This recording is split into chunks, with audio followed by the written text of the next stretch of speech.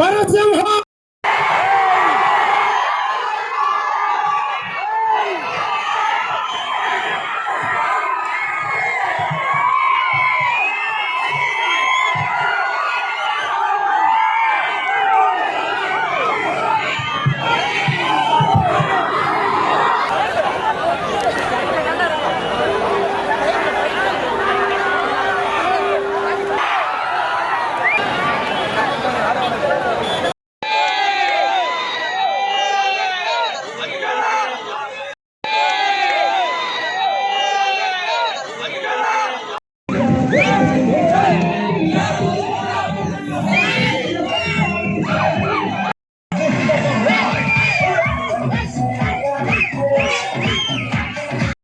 పెట్టిన వాళ్ళు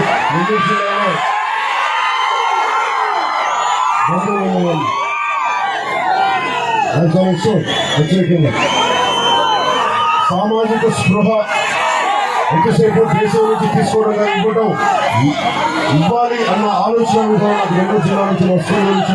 అందుకే ఈ రోజు పరాజయం పొందినప్పటికీ జనసేన కేవలం ఒక్క ఎమ్మెల్యేతో ఉన్నప్పుడు కూడా ఎందుకు బయటకొచ్చారంటే అధికారం వాళ్ళకి అధికారం కేవలం ఒక ఛాన్స్ ఇవ్వాలి, అధికారం కూర్చోవడం కాదు, మార్పు తీసుకురావడానికి.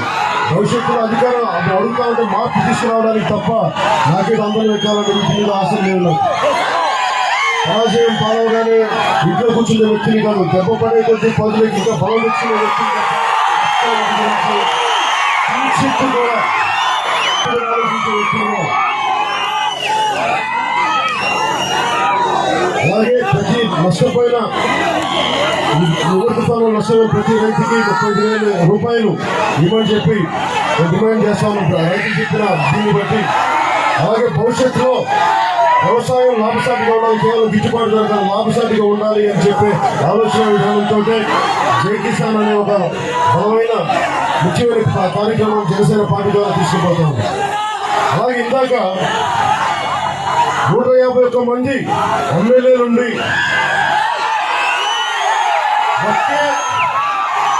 ఇందాక దారిలో రైతుల్ని పరామర్శిద్దామని లోపలికి పోతా ఉంటే దారిలో ఆకాశంలో మా ఊళ్ళోకి రాకూడదు.